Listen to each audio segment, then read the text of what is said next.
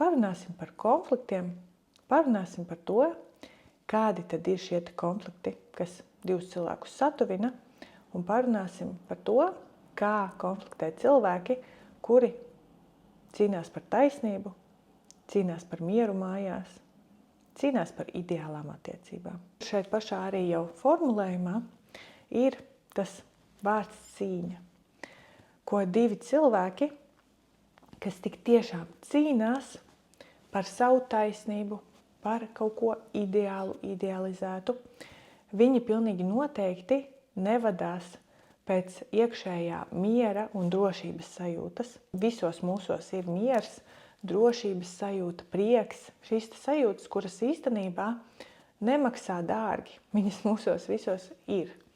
Bet cilvēki izvēlas ierasto, pierasto un vieglāk pieejamo. Mans vārds ir Juta Beļecka, es esmu pirmā Latvijā attiecību stratēģe, un es palīdzu tiem cilvēkiem, kuri tiecās uz veselīgu attiecību vidi, kuri iespējams jau ir bijuši toksiskās attiecībās, neveselīgās attiecībās un vēlās izveidot veselīgas attiecības tikai pagaidām nezin kā, vai arī vēl joprojām nepadodās savās attiecībās un vēlās no savām jau esošajām attiecībām izveidot veselīgas attiecības. Ir pieņemts domāt, nevar būt konflikti, ja mēs runājam par ideālām, veselīgām attiecībām. Bet nejauksim divas svarīgas lietas, kas ir ļoti, ļoti atšķirīgas. Ideālās attiecības vai veselīgās attiecības. Ideālajās attiecībās ir ilūzijas, ir manipulācijas, ir izvairīšanās, ir šis miers mājās, kuru mēs izvēlamies, jo mēs domājam, ka šis miers ir labāks nekā šie konflikti. Un tad viens cilvēks vienmēr norīja savu aizvainojumu, savas dusmas, savas intereses. Cilvēks vienmēr piekāpjas. Un šīs problēmas netiek atrisinātas. Šīs problēmas krājās. Un agri vai vēlu, bet nākās tomēr pieķerties vienai vai vairākām problēmām uzreiz. Un tad iznākums ir tāds, ka jūs nevis konfliktējat, bet jūs krājat problēmas. Tātad jūs nevis strīdaties, bet dzīvojat bez konkrētas vienošanās, kā mums turpmāk dzīvot foršāk, veselīgāk, patīkamāk, mierīgāk un drošāk. Arī par mieru kādreiz ir jāpakonfliktē. Bet šī klusā karošana, šī klusā cīņa par ideālajām attiecībām pilnīgi noteikti nav veselīgāka par 5-10 minūšu konfliktu, kurā varbūt kādreiz kāds paceļ balsi vai varbūt kādreiz kāds bargāk, asāk izsakās, ja? Bet gala rezultātā ieguvēji ir visi. Ideālās attiecībās taču nav konfliktu, vai ne? Tā ir pieņemts. Tad šajā video parunāsim vairāk par tiem konflikta veidiem, kas tad noved pie šīs vēl lielākas attālināšanās, tad, ja jūs jau tā jūtat, ka jums varbūt nav pati ideālākā ģimenes dzīve, un viens vai otrs ir izvēlējies labāk tad klusēt. Un ja mēs runājam par tiešām veselīgām attiecībām, nevis iluzorām, ideālajām attiecībām, kurās viens vai otrs vai abi divi tēlo, vai kurās ir miers mājās, mīļā miera labad, tad pilnīgi noteikti ir jāiemācās, kā tad pareizi konfliktēt. Šī iemaņa pareizi konfliktēt palīdz ne tikai tev izcīnīt savu vietu šajā pasaulē un tikt skaidrībā ar savām sajūtām un vēlmēm, bet palīdz arī otram cilvēkam tevi saprast, ja šis otrs cilvēks tiešām ir ieinteresēts arī veidot veselīgas attiecības. Biežākā kļūda, ko pieļauj tie cilvēki, kuri tik tiešām ļoti, ļoti grib mieru mājās, ļoti grib foršas veselīgas attiecības, bet nedaudz jauc šo veselīgo ar ideālo. Un sanāk, kad tik tiešām sanāk, mēs nerunājam par mūsu interesēm, mēs neapspriežam kaut kādus strīdus momentus, tāpēc, ka ir bailes no šiem konfliktiem. Liekas, ja būs miers mājās, tātad mums būs ideāls attiecības. Mēs pieradīsim, gudrākais piekāpjas, pie visa var pierast, vai ne? Un arī pie konfliktu nerisināšanas var pierast. Tad pie kā tas patiesībā noved? Divi cilvēki, kuri ilgu laiku savā starpā nerisina strīdus situācijas, jo domā, ka tādā veidā viņi satuvināsies, patiesībā sāk minēt. Varbūt, kad otrs gribēja kaut kā savādāk. Jo iepriekšējā reizē es kaut kur kaut ko ieraudzīju, kaut kādās reakcijās nolasīju, ka varbūt, kad varēja būt labāka tā reakcija. Un sanāk, ka nav ieguvējis neviens, ne otrs, tāpēc, ka nevienam nebija tiesības izteikties. Nevienam nebija dota šī iespēja būt sadzirdētam. Ja ir konflikts šādā situācijā, kur kāds kādam kaut ko ne tā izdarīja, nopirka, nenopirka, aizveda, atbildēja, neatbildēja, izpildīja kaut kādu solījumu vai neizpildīja. Ja? Un ja cilvēks uzreiz jau laikus pasaka, nevis, kad tu kļūdījies, tu izdarīji nepareizi, tu esi slikts, ja? Tā kā novelt atbildību uz to otru cilvēku, bet tam otram cilvēkam pateikt, hei, Klau, šeit es sajūtos tā un tā. Tajā brīdī, kad tu pārliec fokusu uz sevi, tas nav egoisms.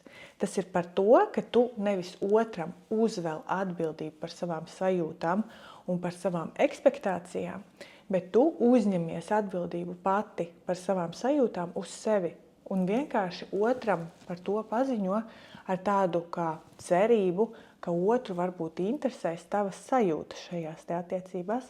Un iznākums ir kāds. Otrs cilvēks, tu jau skaties, viņš tevi sadzirdēja vai nesadzirdēja, viņu vispār interesēja vai neinteresēja. Šis te otrs cilvēks bija vispār ieinteresēts ar tevi risināt. Jo šeit pat nav runa, kurš vainīgs, kurš tur sliktāks, kurš tur labāks. Šeit ir runa par tavām sajūtām, par tieši to, kā tu jūties. Un tev ir iespēja šajās attiecībās būt sadzirdētai, pat ja otrs cilvēks varbūt arī nesadzirdēja visu tā, kā tu to gribēji, bet tev priekš sevis, tev bija iespēja izteikties. Un šeit tu sajūties drošībā attiecībās. Tādā brīdī, kad cilvēks jūtās drošībā attiecībās, pat tad, ja bija iemesls šim te konfliktam, viņš jau pazūd, tāpēc, ka tu jau ļāvi sev būt drošībā. Tu ļāvi sev izteikties, tu ļāvi izrunāt savu sāpi, un otrs cilvēks tur jau izdarīs priekš sevis secinājumus vai neizdarīs. Tas jau vairs nav tik svarīgi, jo redzi, pats svarīgākais ir tas, kā tu pati vai pats ļāvi sev sajusties šajā konfliktā. Vai tu ļāvi sev sajusties drošībā, caur šo te sadzirdēšanu, caur šo te es noformulēju savas sajūtas. Ja? Cita lieta ir tad, ja cilvēkam nav pat šī te emocionālā nekāda intelekta. Te nav runa par akadēmiskajām zināšanām, šeit ir runa par to, kas ir darījies bērnībā, vai tev bija iespēja atpazīt savas sajūtas, vai tu tagad kā pieaugušais uzņemies šo te atbildību par sevi, par savām sajūtām un par vēlmi sevi nolasīt šīs sajūtas. Ja tevī vispār nav attīstīts šis te emocionālais intelekts, kurš nolasa, šeit es jūtos vīlusies, šeit es jūtos briesmās, šeit es jūtos apdraudēta, šeit es sajūtu dusmas, šeit es sajūtu aizvainojumu. Ja? Un kāpēc? Ja? Vai tiešām otrs par to ir atbildīgs? Vai tomēr es par to esmu atbildīga?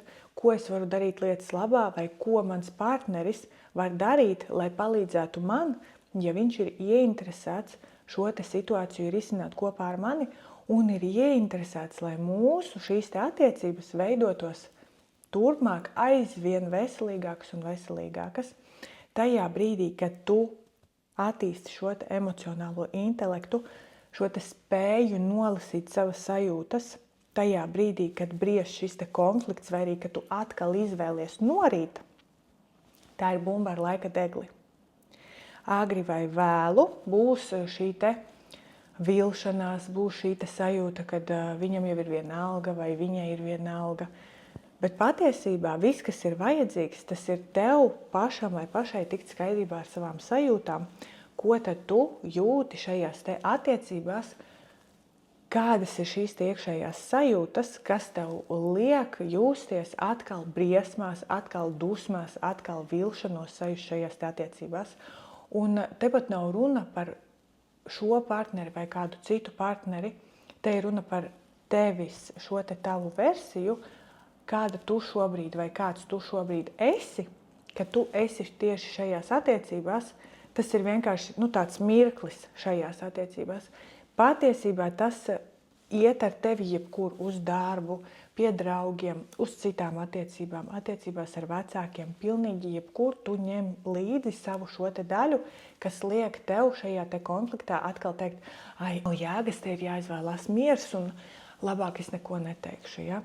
Labāk es neko neteikšu, es tā parasti stāvu, es jau nemaz nezinu, kas ar mani darās.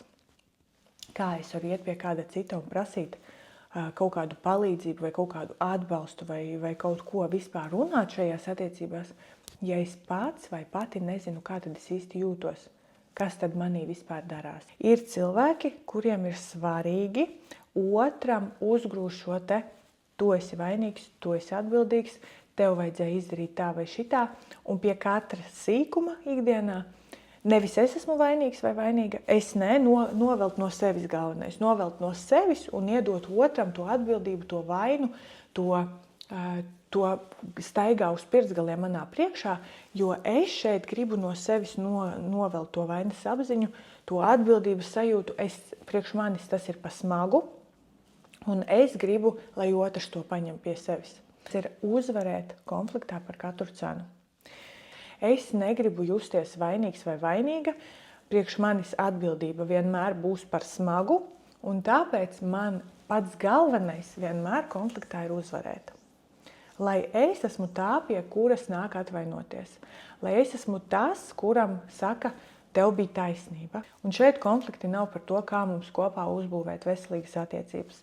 Šeit konflikti ir par to, kurš tad ir galvenais. No viena grāvja nākamajā mēs nonākam pie nākamā konfliktu stila, scenārija, kur ir cīņa par to, kurš tad uzvarēs šajā konfliktā, kuram tad bija taisnība, kurš tad ir galvenais. Un šeit nav runa par veselīgu partnerību, šeit ir runa par to, kurš tad dominēs attiecībās.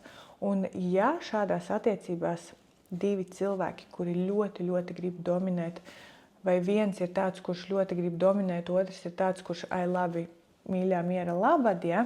Tad šādi te divi cilvēki var diezgan ilgi kopā sadzīvot un radīt šo te ilūziju, ka mēs esam tiešām kā podiņš ar vāciņu, kā cimds ar roku, un mēs viens otru ļoti labi saprotam un varam dot padomus citām ģimenēm, kur abi divi, piemēram, grib šo te dominanci izcīnīt, vai kur abi divi viens ar otru nerunā, un tad tas, kurš ir tas, kuram patīk pierādīt taisnību, tad ir tas, kuram gribās uzkurināt šīs emocijas un uz šī te adrenalīna nots, tad šķiet, ka ir veselīgas dzīves attiecības. Priekš kam meklēt kaut ko jaunu, ja viss jau ir pārbaudīts un labi zināms un strādā, vai ne? Un tik ilgi, kamēr tas strādā, šķiet, ka nav jau nekas jāmaina.